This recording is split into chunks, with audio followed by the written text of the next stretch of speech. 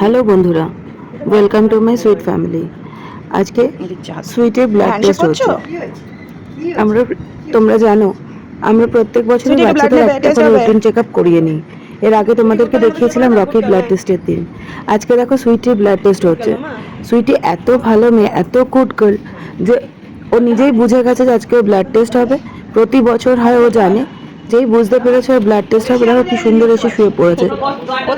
যে দাদা ব্লাড নিতে এসছে তাকে একটু ডিস্টার্ব করেনি, উল্টে কি সুন্দর করে হ্যান্ডশেক করছে। দেখো শুয়ে শুয়ে একাই ব্লাড টেস্ট করছে, না ওকে ধরতে হয়েছে না কিছু, শুধু আমি ওর পাশে বসেছিলাম। ভীষণ ভালো মেয়ে, ও সব কিছু বুঝতে পারে। ও জানে ব্লাড টেস্ট করলে ওর রিপোর্ট আসবে, কি কি প্রবলেম কিছু আদৌ আছে কিনা।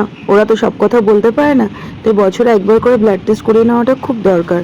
যদি ভেতরে কোনো প্রবলেম হয়ে থাকে বা বাড়তে থাকে, ওদের তো অনেক সময় লিভারের প্রবলেম, কিডনির প্রবলেম, এগুলো দেখা যায়।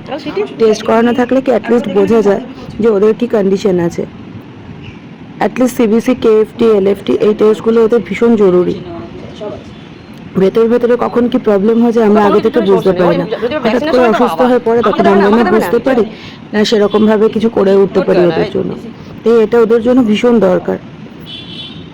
দেখো ব্লাড দেওয়া হয়ে গেল সুইটি, এখন উঠে দেখছে যে হ্যাঁ হয়ে গেছে।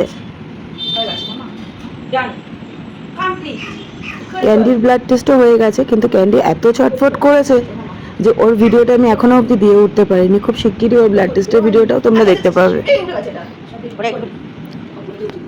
দেখো হয়ে গেছে, এবার উঠে পড়লো।